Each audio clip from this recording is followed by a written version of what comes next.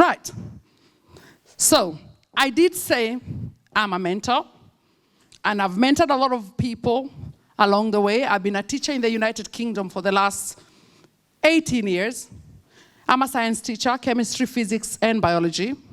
That is what I do best. Most people see me in the community doing Face of Kenya, but they don't actually understand my profession is teaching. And when I've been teaching, I've asked myself, what do we really need to do in order to have us doing a little better in the job market? And that is the preparation, how we are really preparing ourselves to that point. My journey started when I was, as I said, 5. I was just playing football in the park, and I was spotted by someone. It was literally the right place, the right time. And moving on from that, I want to talk about the determination that you'll need to succeed. As you can see, it's the persistence, perseverance, and resilience of everything that you'll go through. There'll definitely be hurdles. There'll definitely be bumps in the road. But it's about getting up and moving forward, learning from your mistakes, and then showing other people the path that you took, and also them passing it down to other generations. And really, that's just my thoughts for today, and I hope you can take away something from that. Thank you very much, and I hope you have. You can use your phone, yeah?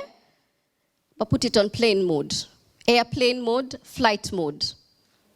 That way you don't have distraction, because unfortunately this age and generation, we are instant. A message comes in, oh, I'm in the Snapchat party, house party. Let me check in. I'm only just going to be a few seconds. And you lose the trail of thought of what you are doing. In this case, make yourself smarter. Don't make your gadgets smart. So sometimes people that we look down upon are those people that we should respect. Because your parents earn less money or more money, does that make you better or worse? Should it? No, it shouldn't. But why are we so preoccupied with the superficial things around our families? And let's say, example used by the previous speaker, 3 generations of drug addicts. So what am I going to be? I'm going to be a drug addict. Is that how it should be? How about the negative stuff in your family? It could be addiction. It could be anything else. You just say, you know what? That was them. I'm beginning a new chapter.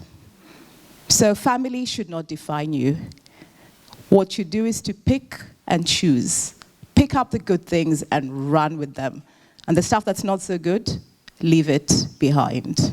When we say so-and-so has got mental health issues, basically it means this person hasn't got the resilience, hasn't developed the resilience here, doesn't know how to cope with the fact that mom is very ill, or doesn't know how to cope with the fact that, oh, my friends have got Adidas shoes, but I don't have any Adidas shoes. And that really, you fight with that. You're thinking, oh, my mom, why don't you work harder like so-and-so's mom? But it's about how do you as a person cope with the fact that the person sitting next to you has got designer wear and you don't. Get on with it. Such is life. Work hard, put effort. So our question was, how can we try to be our authentic self?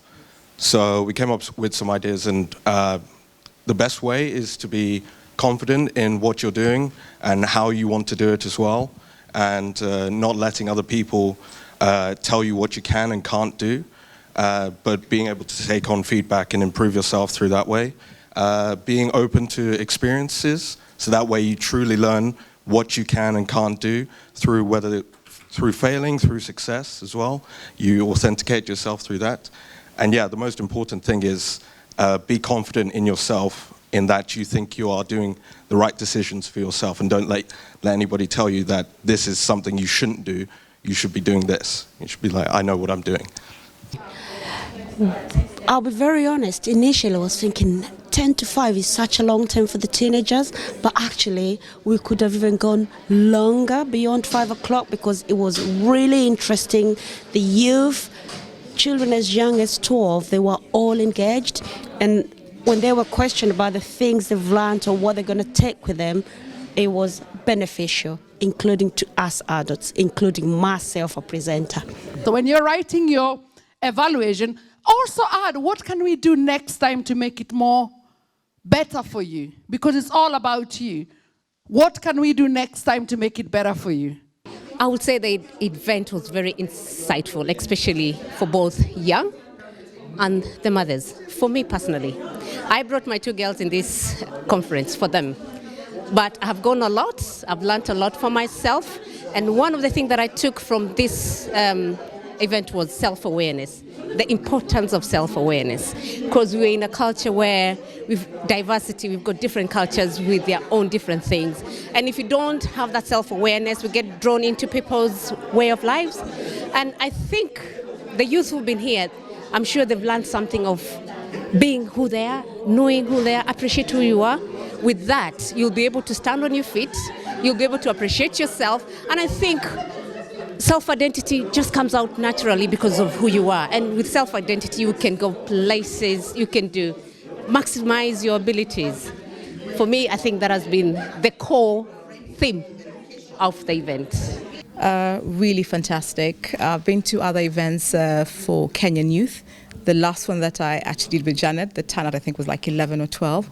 And so for Face of Kenya through Janet Banana to have, I think there were over 60 people in this, young people in this room, it's really encouraging.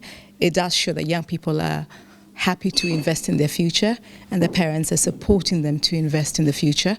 So it's taken away my view from this narrative that Kenyan parents sometimes want to invest in this kind of development programs, but actually they're willing to, and the group was pretty engaged. That was very encouraging. Things you have to go through, the miseries, the opaque, the people who are saying naysayers, people who say no to you, okay? People who define you as that black African male living in East London, okay? Guy with just shaggy hair, you know? This face that is looking at me like this, all right? So there are many people who define you and try and put you down. But if you know your vision and you know where you are, you're the only one who can see it clearly. Okay? So if I'm able to illustrate that, changing perception, changing your thinking, until you're clear with your vision, then I'm happy to say my work is done. Okay? And I love the youth. There are many reasons why I love the youth. I love them because they challenge us as parents. They are challenging us every single day. More so when you come from Africa, you come here with different ideas. You bring up the kids here, and they start challenging you, and you're like, ooh, this is not real. But then it's real.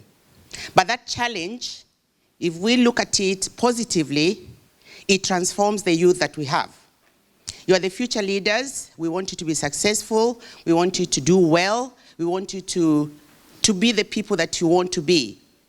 And that's why all the topics today is about positivity. It's not about improving. For me, for this event, it's about consistency. So I would want us not to stop here. Is to go to the next one and to go to the next one until we saturate and we send this message across board to not only the Kenyan youth in London, Kenyans, Africans, every youth needs to hear this. And also not only in the UK, we can go as well as far as we can, all right? And I very much want to also see these events happening in Africa, happening in Australia. I think for me that's a bigger vision that will make me really think about my engagement in this. So my take or my advice for this is just consistency. We can keep on improving on that, and every other aspect I think more is in the next event probably have youth more engaged, because we can learn a lot from them as well. Very important. So like if I ever feel low, if I feel like mentally depressed or something like that, then I can go to an adult or my parents or something, or someone to see that I can get help. So yeah. Vision to come from the youth. But what I just got right now is that I think that solution lies with us parents, the black parents. We need to take time to understand why it's happening. Maybe we are not angry enough. Because if we got angry enough, we would have created time to sit down and talk to them, galvanize all the parents around, and ask ourselves, why is this happening to our children? I believe in what I do in terms of my influence for the young people and making them be better. And I've done a lot for a small group during Face of Kenya events, whereby we mentor just about 10 to give back to the community. And we've done so many for people based in Kenya. So I kind of got the challenge because I am a mom of teenagers, and I asked myself, we have all the knowledge, we have all that we need, but what are we doing for our young people? So for me to put this event was looking at what's going on in the society, especially in the UK and the black youth. And I said we need to start the positive voices going out there. We need to start looking at our young people and giving them the chance to tell us who they are and what they want to be. So to put up Face Growth was for me to asking the young people, like, it's about time you look at yourself. My question would be, how long think, will you be holding this where event? am I going?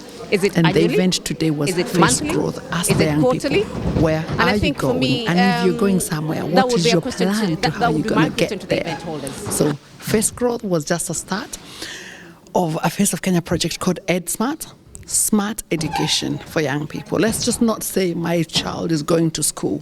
Let's just ask ourselves. And then after school, what skills have they built? Who are they after school? Face Growth. From trying. Failure is another word for success. You fail in something, you look at it differently. Have a mentor, like Janet says, and like we've been told by Auntie Anne. Talk to someone in the family or outside the family. And now that we're here today, I want you to try and find out whether you can make friends with some of the people who have been talking here. And they can be your mentors. They can be people you can confide with. I'm a social worker, so I deal a lot with the youth. My current role is looking after the children that we are looking after. And one of the big issues that we have is mental health. And mental health normally comes from youth feeling their parents don't understand them, and parents feeling youth don't understand them.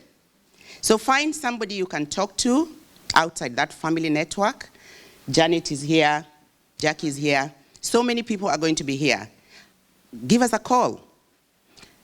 Rose, my mom is telling me this and this and that. And then we might be able just to tell you, you know what? You've got to understand your mom from a different angle. That might stop you from being depressed. Because when you're depressed, however much you want to achieve, it will affect you. Is it true? When you're locking yourself in isolation, however much you want to achieve, you will be drawn back 1 year back. And that's not what you want. Talk to someone. Find someone to talk to. Find someone that you can relate to. Find someone outside that family zone. And that's why we are starting this up, so that you can be able to find some addresses, some telephone numbers. Give us a call. Of what you've started, I think it might be too early, but then what do you see as the vision moving forward with the event? It's actually not early, because I am gobsmacked at how well the young people has taken this event. The parents have gone home challenged, thinking, what have we been doing all this time around? So the future of this is big, because the young people have they've written their vision, they've written about what they need to do. So the start has already been done. The big work now is the follow-up, because we don't want the young person to come in a conference and just go home waiting for the next conference. It's the follow-up between me and their parents, and mentoring this young child of where do they want to be, or what support do they need. So the work has just started. Today was just, I would call it the launch. And I'm extremely excited, although I'm very tired. I'm extremely excited because the people I was doing it for, which is the young people, have engaged for the whole day from 9 o'clock to 5 o'clock without tiring. And they have really given an amazing feedback. So we have done the launch. The work has just started.